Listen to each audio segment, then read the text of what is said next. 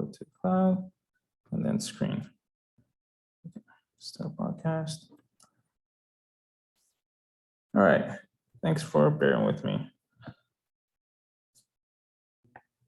All right, so I wasn't paying much attention to what Pat mentioned in the introduction, but we have nonlinear differential equations, and we can solve them using Baker-Kaiser functions, which are defined on Riemann surfaces. And to do all of this, we're going to start by introducing some concepts from Riemann surfaces, and I'm going to try to go from the very start and try to introduce everything in as simple as I can and try to illustrate more than be completely rigorous, but I want the ideas to be well understood more than anything. And more than anything, I want like a working concepts of how to do the things that are in the book. So, and again, these lectures are based from the book, one of the books that Pat mentioned, but they go pretty quickly through all this Riemann surface stuff. So I wanted to just go through some examples and look at this. So there's the standard definition of the Riemann surfaces. You're going to have different charts and you're going to glue them together. So for me, it's a Riemann surface is just going to be different open maps, and then you're going to glue them together. So you're going to have different charts. So you can think of different open sets and then a gluing rule where you can glue them in their overlap given this function or given some function, some identification. So this is what I'm thinking about when I think of a Riemann surface or a manifold. I'm going to have a bunch of open disks, and then I'm going to have some identification between these points in this disk and glue them together. We're back. So this is just a rough idea. I'm not going to go too much into the details, but hopefully people have seen manifolds or Riemann surfaces in passing. And instead, I want to do something more concrete. So the Riemann surface that we're working with most often is going to be CP1, which is going to be the complex sphere, or the Riemann sphere, which is the complex plane plus a point at infinity.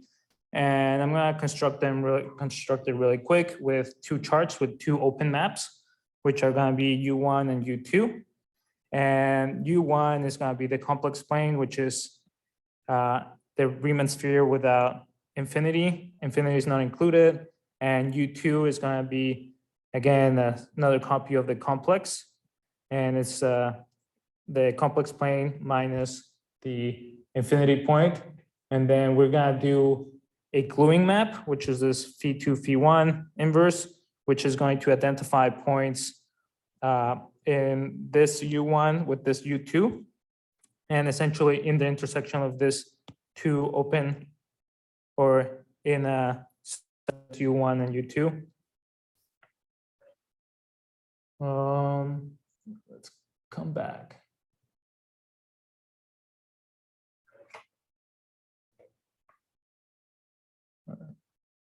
There we go.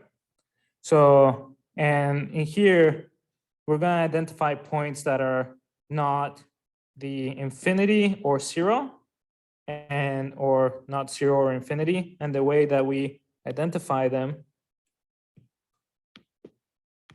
is by sending z to z inverse. And this is going to be the identification of points. So all these points are going to be, this point is going to be identified with this point. So we're going to be essentially doing an up cap and a down cap to create a sphere. So, and these are the two charts that we really need. So this is the way that I'm thinking about this Riemann surfaces. We're just going to be gluing different open charts together to make a sphere, surface. In this case, it's going to be a sphere. So let me know if this is not clear or if this is not familiar. So I'm going to keep moving on. So one of the main objects that we're going to be working with is going to be coverings of Riemann surfaces, compact Riemann surfaces. And this is going to be a holomorphic map between surface x tilde and another surface x. This is going to, x tilde is going to be the covering surface, and x is going to be the base surface. And one simple example that we can think about is just any holomorphic map, and we can define x, f of x is equal to x squared. And this is just going to map this complex plane to this complex plane. And for each time one circle goes around, you're going to have corresponding circle that goes twice around. And this is what we call a 2-to-1 covering. For every point in here, there's going to be 2 points in the pre-image generically. And I'll try to describe this more precisely, but this is just a simple example. And let me go to a more, a little bit more general of an example. I want to start defining Riemann surfaces by this zero set of polynomials. And in here, this is going to be a subset of CP1 squared. And this is going to be the point in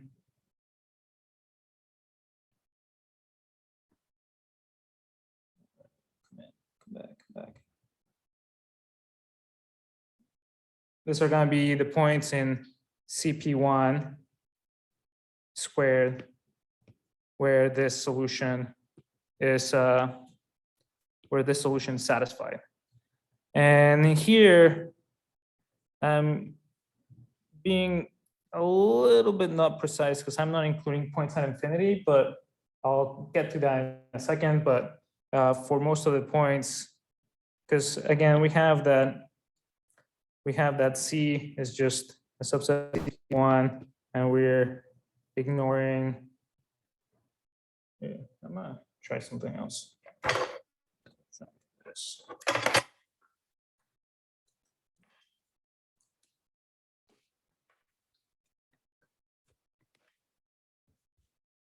This one works.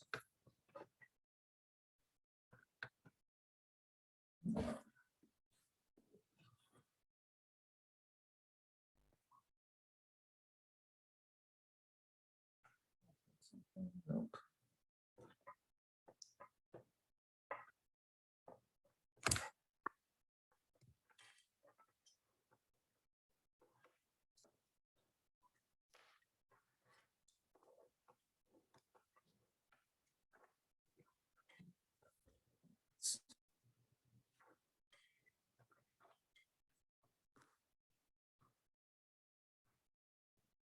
All right. So again, points at infinity.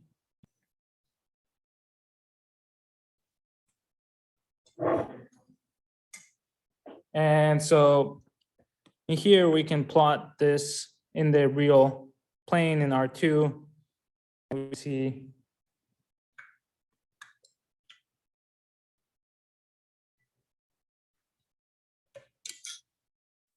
that this x tilde is going to be this square root function.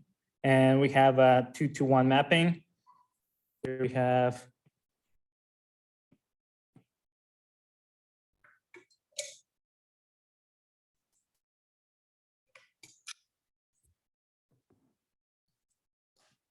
here the points here for every point in the base.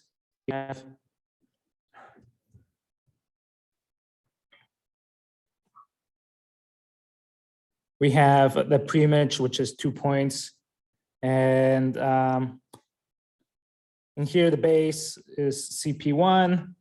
And this map F that maps this XY points to the base, which is just mapping the coordinate XY to X. It's going to be a 2-to-1 map. And actually, we have the X tilde is holomorphic or is equivalent or is in projection to CP1, another Riemann sphere. And you can actually see this bijection by taking any point in CP1 and mapping it to y squared y. So this is essentially the same example that I gave in the previous one, the first example. This is the same map. But I just want to start moving on to these examples where we're defining Riemann surfaces through zero sets of polynomials. Any questions? All right. In here, I only defined a subset, a dense subset of x tilde, and I didn't give you all of x tilde because the charts for CP1 squared, there are 4 charts for CP1 squared.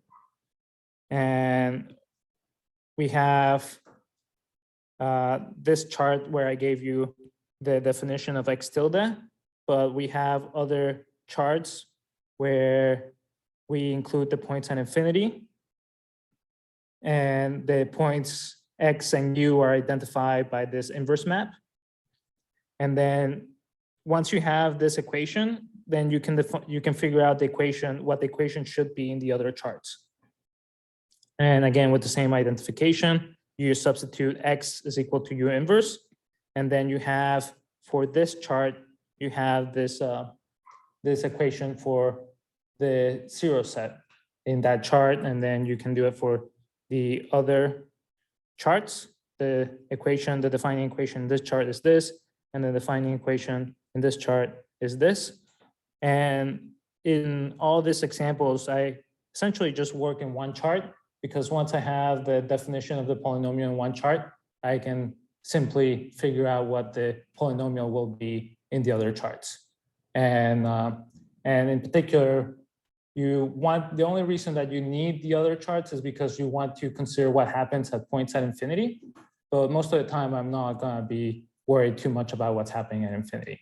But sometimes there are things that come up at infinity, and if you want to figure out what's going on at infinity, you just switch to another chart and you consider the other polynomial equations in that chart. And those are going to be the defining equations in those other charts. But for this talk, I'm just working on one chart where I have my polynomial equation. But if I wanted to translate to other charts, then I just transform the polynomial according to this identifications. Is that clear? Do you mind if I make a comment? Yeah, of course. So part of what goes on is that these polynomial equations will come up naturally.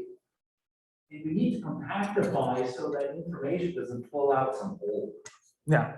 So you've got y squared equals x has come up in the solutions that you're looking at, and you want to integrate something to fetch some data.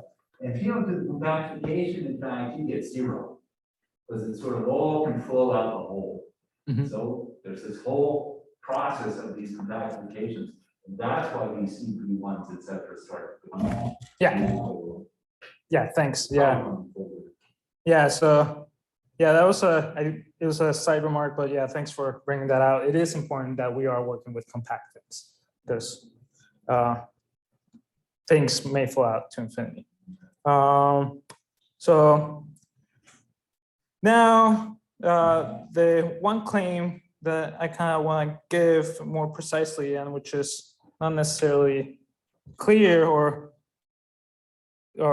it's not, or it's a little bit more tricky, is that if you have a covering, then the pre-image, the size of the pre-image set is going to be generically constant. And that means that so that means that if you have two different x1s and x2s, then the size of the pre-image is going to be equal to each other, except for finite x1s and x2s. And in this example, you can see that the pre-image of this set is going to be, of this point is going to be 2. If you come here, it's going to be 2. But then if you come here, the pre-image size of this is going to be 1. So pretty much everywhere for all the points in X, the pre-image is going to be constant 2, except for a few points, finite number of points where this pre-image is going to be less than 2. And this is important because we're gonna have to take a sum over, or this is gonna appear in the formulas and that we're gonna look at in the following, and the fact that it's a finite number of points where you have this non-constant pre-image size is important, and it makes sums finite. So in here we have that this is going to be the pre-image size is 2 except for x equals 0. So again, in here I'm interested in Riemann surfaces that are defined via polynomials. And in here I'm going to take p of xy to be an irreducible polynomial, meaning that it cannot be written as a product of two non-trivial polynomials. And I'm gonna also consider the base curve to just be CP1. So this is gonna be the covering curve, which is gonna be given by a polynomial, and the base curve is gonna be given by CP1.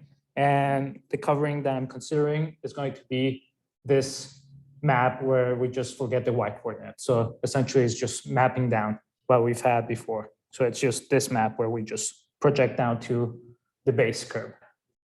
And in here we can actually describe the pre-image size fairly straightforward. If we have f inverse of a point, this is going to be all xy's in C2 such that y solve this polynomial where we think of x as a constant or it's fixed.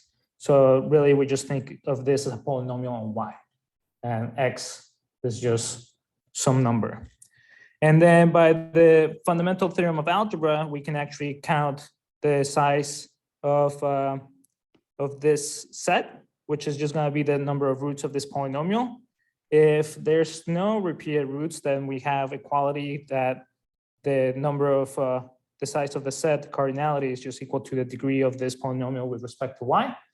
But if there's repeated roots, then the cardinality is going to be less than, it should be strict, it's going to be less than the degree.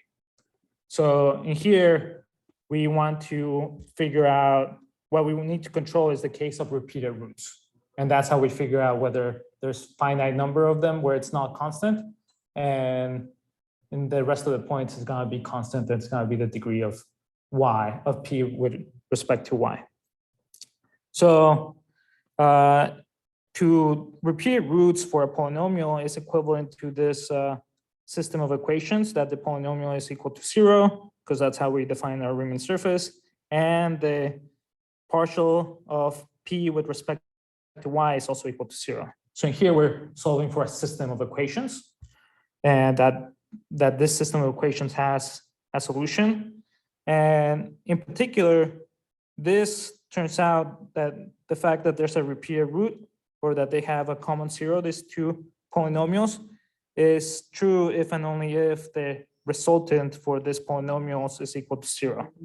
The resultant is a determinant on the coefficients of the two polynomials, and it's a little bit nasty to write down, but what's important here is that this is going to be that the resultant is going to be a polynomial on x.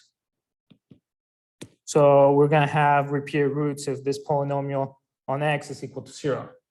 So now we have that the resultant is equal to 0, implies that we have repeated roots if and only if, and this is a polynomial of finite degree. So that means that it only has a finite number of solutions. So this is where we get finiteness, because the resultant it's a polynomial of finite degree. The degree is bounded by the degree of the polynomials. So we have a finite number of repeated roots. So the machinery of this proof is this resultant. And I'm essentially skipping it, but I'm noting that the important part here is that it's just a polynomial on x of finite degree, and that only gives, and that's why we have finite repeated roots. Does this make sense? Is this clear? So let me go through some examples of actually figuring this out. So I'm going to go back to my favorite example. This Riemann surface that's defined by this polynomial. The corresponding polynomial is going to be y squared minus x. And to find repeated roots, then we need to find for this system of equations. So the original polynomial p has to equal to 0, and the partial with respect to y has to equal to 0. So we have to have this two equations equal 0, and the only solution for this set of equations is going to be xy is equal to 0, 0. And now to go back to the kind of like the idea of a resultant of repeated roots, in the case where the polynomial with respect to y is degree 2, we actually know what the resultant is. We're familiar with it. It's from the, what's it called? The quadratic equation. It's the thing in the square root of the quadratic equation. So if we have that it's degree 2 on y, then the resultant is just going to be b squared minus 4ac. And when that quantity is equal to 0, then we have repeated roots. And this is from just from the quadratic equation. And in this case, we have our a is going to be 1, our b is equal to 0, and our c is equal to x. And we have that our resultant is a polynomial just on x, and it's minus 4x. And the only solution is x equals 0, which implies that y is equal to 0. So this, we see in practice here how the resultant appears and how it is exactly just a polynomial on x. And for higher degrees of polynomials, then you just have a generalization of this resultant, which is just going to be a polynomial on x. And this is how we know there's a finite number of non-constant preimages. Questions? All right. I'm going to do one more example, and it's I'm trying to generalize the type of polynomials that we're going to be working with. And in here, now I'm going to have y squared is equal to a polynomial on x with 2 roots. Eventually, we want to generalize the number of roots on the right-hand side, and this is the examples that we're going to be working with, right, Patrick? Yeah, these are going to give us Tauruses and generalized Riemann surfaces of genus G. And here, I plot everything in the real space, and most of the time, this is an accurate enough description. So I have my projection, which is just mapping to x, and my polynomial is going to be y squared plus x minus e1 and x minus e2. And again, going through the system of equations, I see that the only solution for the system of equations is if we have y is equal to 0. So when we come over here and we set y equals to 0, this also has to equal to 0. And there's only 2 values of x such that we have x, y, so such that we have p of xy is equal to 0. So we have these 2 points. So in this case, we have that in this 2 points, the multiplicity or the cardinality of the preimage is not equal to 2, it's 1 less. And so we obtain the result there too. And here, again, using the same idea for the resultant, we have that the resultant here is going to be minus 4x minus e1 times x minus e2. So again, we see that the resultant and the points where we have repeated roots is a polynomial on x. So this is kind of like driving forward more the idea behind the proof for the finite number of repeated roots. So now that we've set that up, I don't want this intervals here just yet.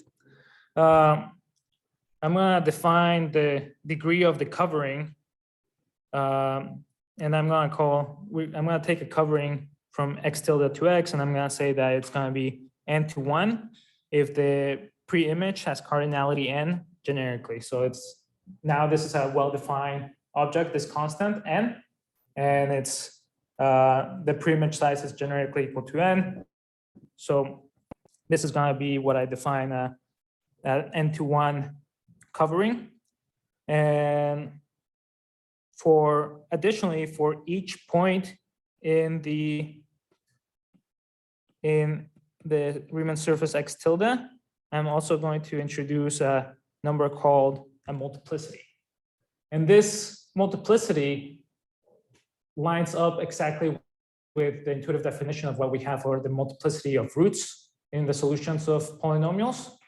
And in particular for this Riemann surfaces where we have x tilde is defined as the zero set of this polynomial, then this multiplicity is going to be the multiplicity of the root y for this polynomial with x treated as a constant.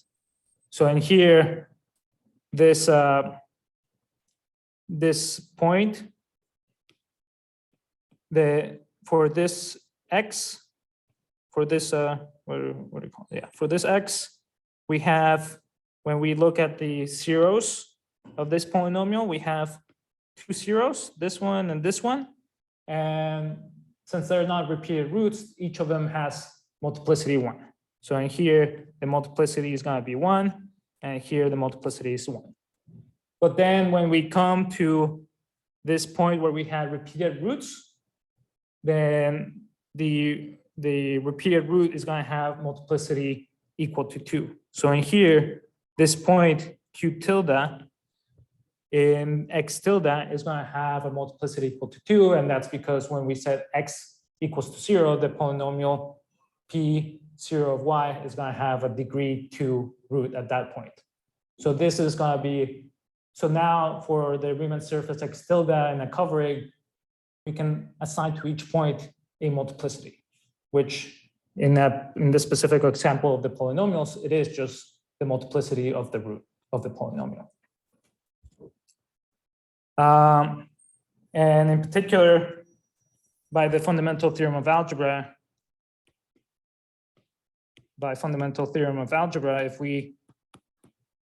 if we sum the multiplicities of the roots, we get the degree of the polynomial. So this is going to be n. So this is going to be true for every q tilde in x tilde. So the sum of the multiplicities is going to be equal to n, which is just the sum of the roots with multiplicities equal to the degree. We have a more general definition for coverings, which was in the book, and it's a little bit more convoluted, but let me go through it. So here, we're going to take p tilde, any point p tilde, and we're going to associate an integer n, which is going to be the multiplicity for every neighborhood of v. For any neighborhood, there exists a neighborhood u tilde of the point blah blah blah. Okay, so this is fp. Anyway, so for any neighborhood v of the point, of the point p, there's a neighborhood u tilde of the point p tilde of u of the point fp, such that p is in u and fp is not equal. The set f inverse p consists of precisely n elements. So essentially, when I read this, I get a little bit confused, but essentially what it's saying is that if we look at the pre-image of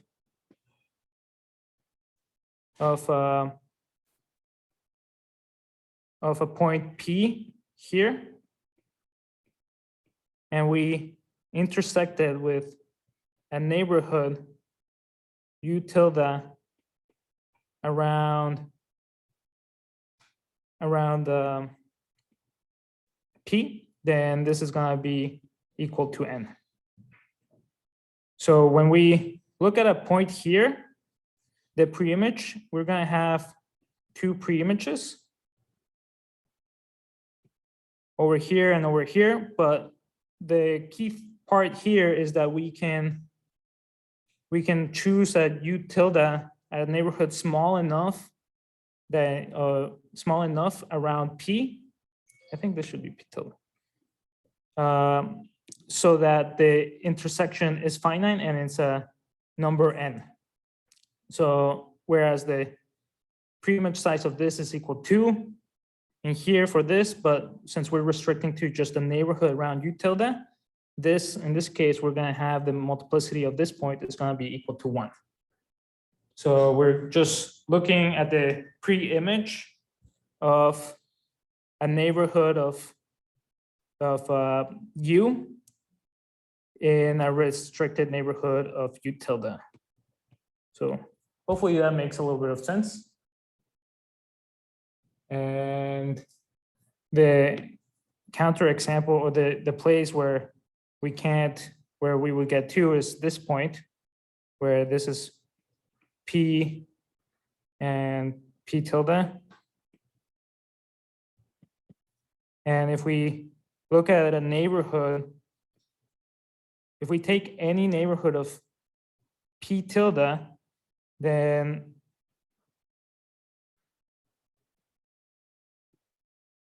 if we look at any neighborhood of p tilde and a neighborhood of p, no matter how small we make this u tilde or this u in the bottom, if we look at a pre-image of this point, then there's going to be 2 points. The intersection of f inverse p and u tilde is going to be equal to 2 for p close enough to 0. So whenever we have, in this case, for this 0 point, then we can make u tilde small enough a neighborhood around p tilde so that we don't include both pre-images, and they will always be included. Does that make sense? So this is because we can't get around that. We can, every time that we make u tilde, there's always going to be this top and the If bottom. you had a u cubed or an x cubed, that would give you back to 1. Multiplicity 3. X cubed, if it's wise, I think it'd be 3 points. So you look at that, the branch. Well, in the reals, if you just look at the real points, you only right. see 1. But if you look at the complex roots too, you see 3. And that's it, exactly. All these things are locally pieces of the complex plane. So these maps are locally, when you change your coordinates, they're of the form W downstairs is receiving some Z to the n. Mhm. And so W equals Z to the n. W is an x plus IY, and you primes on them, and C is. And so you have just this to the nth power, and this is the n we're finding.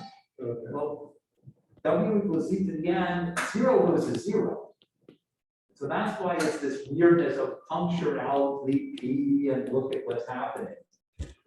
When you puncture it out, then everybody, no matter how small you take your little disk, everybody sees n pre-images. Mhm. That's what's going on. But yes, you need the complex. Yeah. That was what your probably question was about. Yeah, so yeah, to just reiterate what Tom is saying is locally, everything's gonna look like this. And for me, it's just, I'm taking a Taylor approximation around 0, and the other terms aren't gonna be negligible. So you can just like think of your defining equation to be this. And then you can, by thinking of this example, you have, again, the degree n, which comes back to the multiplicity of the root. So yeah, so this, I think we were meeting in the summer and we were trying to go through this definition, and it was tying knots in our heads, but I think I'm trying to clarify this definition with these examples. So we have this multiplicity n, and for the points where n is greater than 1, namely this point here, these are called branch points, and we have the branch number. Yeah, this is the branch number. So in here, for this example, we only have one branch point, and the branch number is going to be equal to 1. And for the rest of the points, they're going to be, what do they call, non-branch points, or regular unramified, or no, regular points, I guess. So we have now branch points, and is it regular points if it's not regular points? So now I want to move into figuring out the genus of the surface. So right now we've been working with the sphere, which is genus 0, and genus really just captures the holes in the surface. And the way that I like to think about this is through triangulations of your space. So here I'm going to do I'm going to start triangulating this spaces that we have, and then define the genus through triangulations. But the definition is going to be independent of the specific triangulation.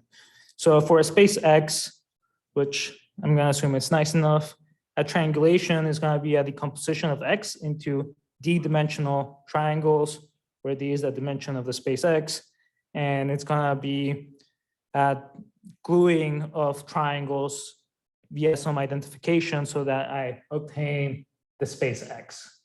So in here I have a specific example of the sphere where I have a triangulation where I have two triangles, and I identify this side with this side. So I obtain this, and then I identify this side with this side. So I obtain this, and then I identify this side with this side, and I obtain this. So I get a triangulation, and this is just what I'm going to think about a triangulation. And triangulation is really just drawing triangles on your surfaces, or whatever space you want. And some notes, any space has multiple triangulations. There's not a unique triangulation, but for any triangulation, the Euler characteristic is invariant. It's the same, and this makes the Euler characteristic a topological invariant. And the Euler characteristic is going to be this alternating sum of the number of k-dimensional subtriangles. For this example of the sphere, the different subtriangles that we might have are the points, the edges, and the faces. The point is a zero-dimensional triangle. The edge is going to be a one-dimensional, and the face is going to be a two-dimensional. So if we look at this example, we look at the number of points that we have. It's going to be 1 point here, 1 point here, and 1 point here. So we have 3. We look at the number of edges that we have. 1, 2, 3. We have 3. And then we look at the number of faces that we have. 1 and 2. So 2. So we have that the Euler characteristic is 2. And we define it via triangulations. Now, the next example is Taurus. So I have a Taurus here, and I cut it along this circle and this other circle, and I obtain this rectangle where now I've identified the sides that I've cut through. And additionally, I add this line, this diagonal line, to make it into triangles. And in here, I go through the Euler characteristic, which is number of points minus edges plus faces. In here, the number of points, this 1 point gets sent to 4 places, but it's only 1 point. So we have 1 point. The number of edges is 1, 2, 3. And the number of faces is 1, 2. So I get that the Euler characteristic here is 0. So I'm noticing that I'm getting close to time. So we have the room reserved till 3:30, but I don't know about other people's constraints. So let me know if you need me to finish, but I'll just continue for a little bit more. I think I'm close to a good stopping point, so let me know. And here, now that I have the Euler characteristic, I can define the genus of the surface by this formula, which if the Euler characteristic is equal to 2 minus 2 times the genus of the surface, or the genus of the surface is 2 minus the Euler characteristic divided by 2. For these two examples that we worked on, I have 2 minus 2 over 2, the genus is 0. 2 minus 0 over 2, the genus is 1. So now we have the genus. And what we want to do to determine the genus is that we want to determine the genus of this covering. But we don't necessarily know it by the definition of especially if we're working with polynomials, but we do know the genus of the base curve. And based on the covering F, we can figure out the genus of X tilde if we know the ramification points or the branching points and the genus of X. So this is what I want to do next. Is everyone good with time? All right. So the idea is that if we have a triangulation for X, we can lift the triangulation of X to that triangulation of X tilde. And in here, I'm taking this example again. And this is a one-dimensional example. The two-dimensional works analogously. So I have a triangulation, say, of this base space here, which is just a line and 2 points. And then by just taking the pre-image, I can obtain a triangulation here.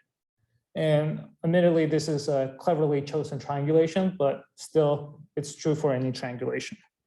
And for this space, the base space, we have that the Euler characteristic is, we don't have faces anymore, so it's points minus edges, so it's 2 minus 1 is 1. And the Euler characteristic of this is going to be points minus edges, no faces, 2 minus 2, and it's 0. So we're trying to figure out the relation between these two Euler characteristics. And the thing to note is that by lifting the triangulation from X to X tilde, everything, the number of faces is just going to be, since the degree of the covering is n, the number of faces when you take the pre-image is going to be equal to n times the number of faces of the base. The edges is going to be n times the number of edges in the base. And for the points, this is where the branching points come in. And this is where we saw in this example, when we're lifting these points, since this have higher multiplicity, they don't lift to n times of them. They lift to a lower number.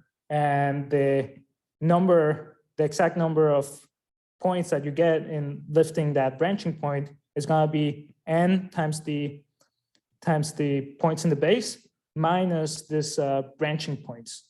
So this is how we adjust when we lift the triangulation from the base, this is how we adjust the number of points, because of the branching points, we're going to have less because of higher multiplicity. And this is adjusted by this branching number. So we can now combine this and these to relate the Euler characteristic of X tilde, and the Euler characteristic of X is just going to be n times the Euler characteristic of X minus the sum of the branching numbers. And we can check this explicitly. For this case, we have the degree is 2. So we have 2 times chi minus 2, the two branching points, each of them with branching number of 1. And we obtain that this is equal to 0, which is the same thing that we computed here. So the idea here is that we're just lifting triangulations. Absolutely right. I can't resist saying, what you said was absolutely right. There are many ways to triangulate. So actually what you do is you start with your map, you have the images, the branch points. You say, okay, I'm going to triangulate, so those are vertices. And then there are other vertices. And now, if you take your edges, well, other than endpoints, no edge reaches a dead point, so it has n pre-images, etc. for faces. But if you didn't do that, you could split some face because it has to come into right branch point. So that's the onside. So it's the beginning. You get the right triangulation. Okay. And you have to do exactly. Yeah. So so you have to do it cleverly. Yeah, exactly. That's right. Yeah. And of course, you get the same point that they really complicated. And so this is how we can relate the Euler characteristics. And since we have the definition for the genus based on the Euler characteristic, we can then use this relation to relate the genus of the covering with the genus of the base curve given the covering. And this is what's called the Riemann-Hurwitz formula. And that's how we relate them. And typically, I actually just remember this formula using a one-dimensional case. This one-dimensional case, you can derive it that way and see that the error comes this way. But we obtained this, and let me just do 2 quick examples before we get out of here. So I'm going back to this Riemann surface, and in here, the base curve, we know that the genus is 0. We have that the degree of the covering is 2. We know that the branch points are these 2 points. And we know that the branching number for each of these is going to be the multiplicity -1. Each of them had multiplicity 2, so this is 1. We now obtain that the genus of x tilde is going to be equal to 0. So it's going to be 2 times -1 plus 1 plus 1/2 of 2. So we have that x tilde is CP1 again. Now, the next one is, you'll see this fraction 1/2, and genus is typically an integer. So is this always an integer? And not necessarily. And I have the feeling that we might run into singular surfaces, which have a genus, whose genus is not necessarily an integer. And it's going to be a half integer or a fraction, depending on the singularity. So one example that I like to think about to see this working is this torus, and to make it singular, I pinch this blue circle to obtain a singularity here.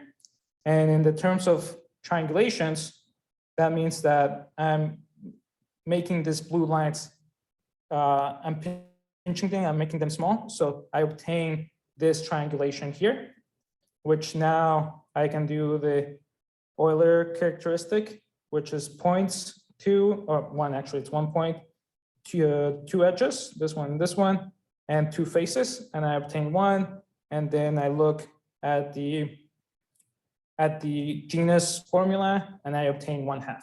So when we obtain fractional genuses, this is because the surface has a singularity. And in this case, there's 2 ways to resolve the singularity. You can either pull the 2 points apart and make it a sphere, which has genus 0, or you can unshrink that blue line, which has genus, and make it a torus, which has genus 1. So 1/2 is between 0 and 1.